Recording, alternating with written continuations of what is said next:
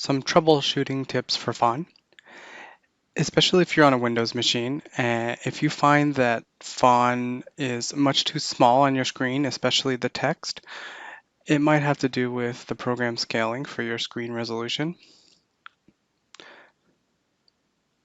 Um, One solution is to right-click the shortcut to the Phon program, go to Properties, Compatibility, change High DPI settings, click the High DPI scaling override, and change it from Application to System, and then hit OK.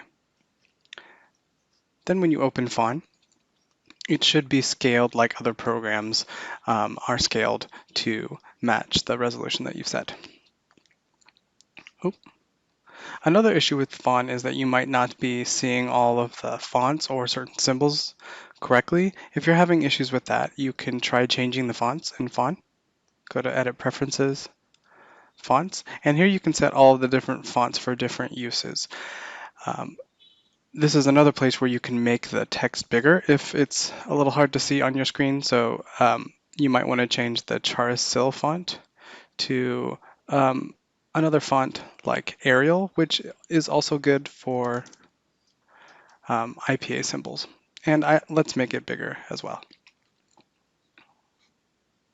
And we'll do Arial 14.